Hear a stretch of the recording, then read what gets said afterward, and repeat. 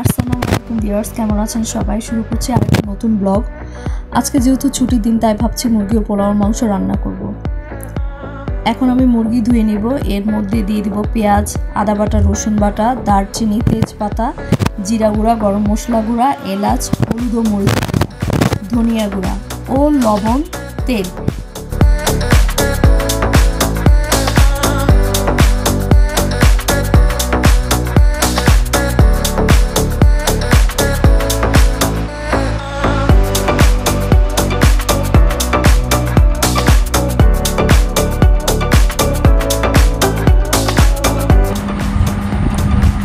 সব মশলা দেওয়া হয়ে গেছে।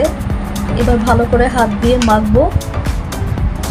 ভালো করে মাখানো হয়ে গেছে। এখন একটু পানি দিব, সামান্য পরিমাণ পানি দিব, বেশি দিব না, কারণ মাংস থেকে পানি উঠবে।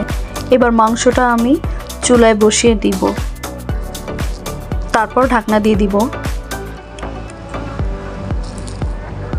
কিছুক্ষণ কষিয়ে নিব যতক্ষণ না মাংস থেকে তেল উঠে আসে।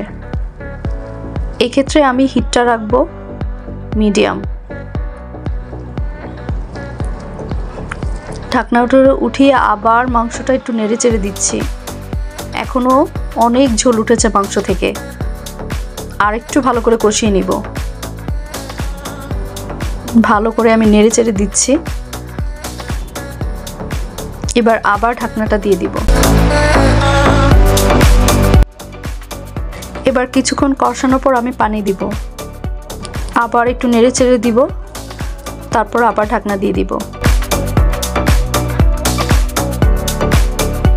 মাঝখানে আমি নেড়ে চেড়ে দিয়েছি, পানি শুকিয়ে এসেছিল, তারপর আমি আলু দিয়ে দিলাম এবং আবার পানি দিয়ে দিলাম।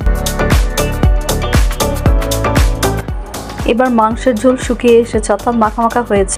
এবার একটু পেঁয়াজের বাগার দিয়ে নিব। প্রথমে তেল দিব কড়াইতে, তারপর তেল একটু গরম হলেই তার মধ্যে দিয়ে দিব পেঁয়াজ।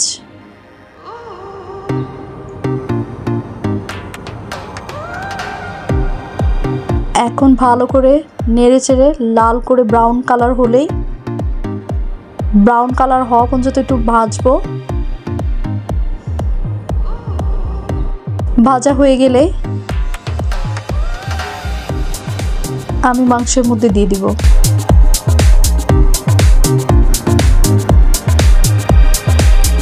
এক্ষেত্রে চুলার আঁচ থাকবে মিডিয়াম।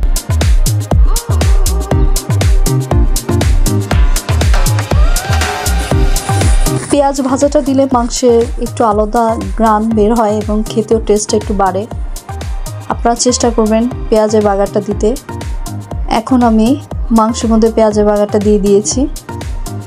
তারপর মাংসটা ভালো করে নেড়ে চেড়ে দিব। আর একটু ঝোল শুকালেই আমি চুলা থেকে মাংসটা নামিয়ে ফেলবো। এখনো মোটামুটি একটু ঝোল আছে, আর একটু ঝোল শুকালে আমি নামাবো। এখন ভালো করে একটু নেড়ে চেড়ে দিলাম। দেখেন আমার মাংস রান্না করা শেষ। কালারটা কত সুন্দর এসেছে, কালারটা দেখতে কতটা লোভনীয় হয়েছে। ঝোলটাও একদম মাখা মাখা হয়েছে। আপনারা এইভাবে কেউ যদি মাংস রান্না করেন, তাহলে সবাই চেটেপুটে ভাত শেষ করে ফেলবে।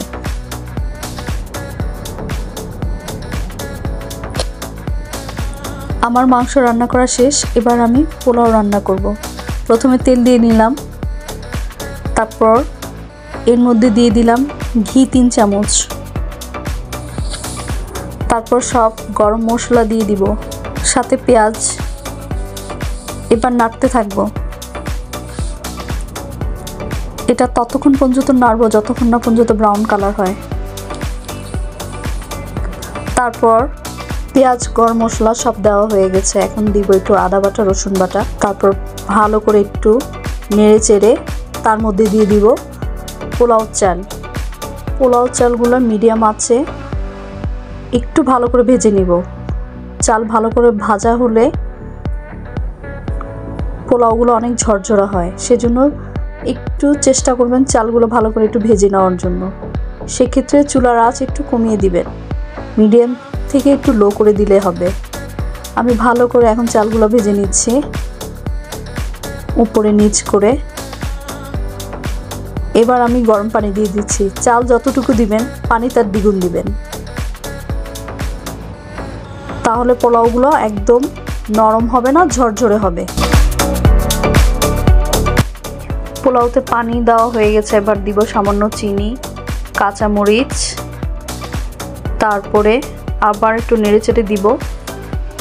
এরপর ঢাকনা দিয়ে দিব। যখন পোলাওর পানি এরকম শুকিয়ে আসবে তখন পোলাওটা একটু দমে বসাতে হবে। তাওয়া দিয়ে আমি একদম লো হিট করে এখন পোলাওটা দমে দিব, যাতে চালগুলো ভালোভাবে পুরোপুরি সিদ্ধ হয়ে যায়। তারপর ঢাকনা উঠিয়ে আমি একটু কেওড়া জল দিলাম। এই কেওড়া জল দেওয়ার পরে পোলাওতে একটা সুন্দর স্মেল হবে, খেতে ভালো লাগবে। এখন আমি ঢাকনা দিয়ে দিলাম। তারপর কিছুক্ষণ পর এসে আমি আমার পোলাওগুলো একটু নেড়ে চেড়ে দিলাম, উপরেরগুলো নিচেরগুলো একটু উল্টে পাল্টে দিলাম, যাতে সবগুলো চাল সমানভাবে সেদ্ধ হয়। এবার আমি ঢাকনা দিয়ে দিব, কারণ আমার পোলাওটা এখনো পুরোপুরি সেদ্ধ হয়নি। আমি আবার কিছুক্ষণ পর এটা আবার নেড়ে দিব। যেহেতু এটা দমে বসিয়েছি সেক্ষেত্রে পোলাওটা হতে একটু সময় লাগবে।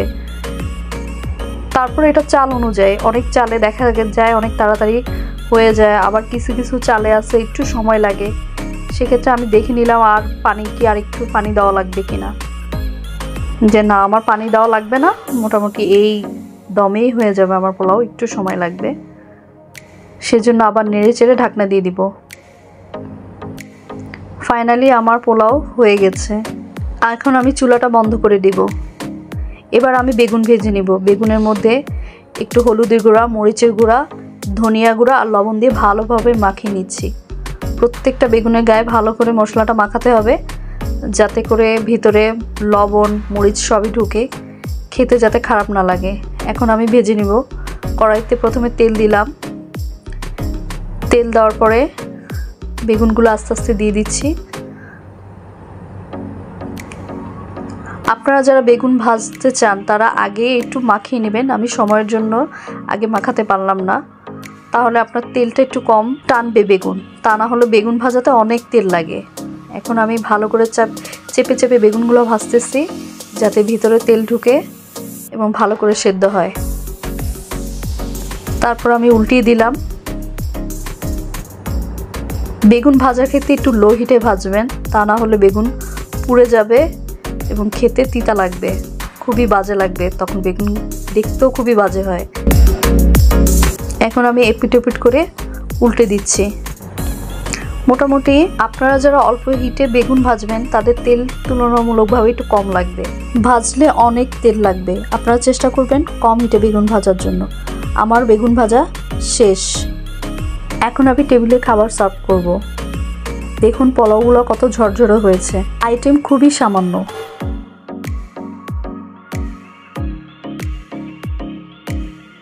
আমার মাংসের কালারটা খুব সুন্দর এসেছে।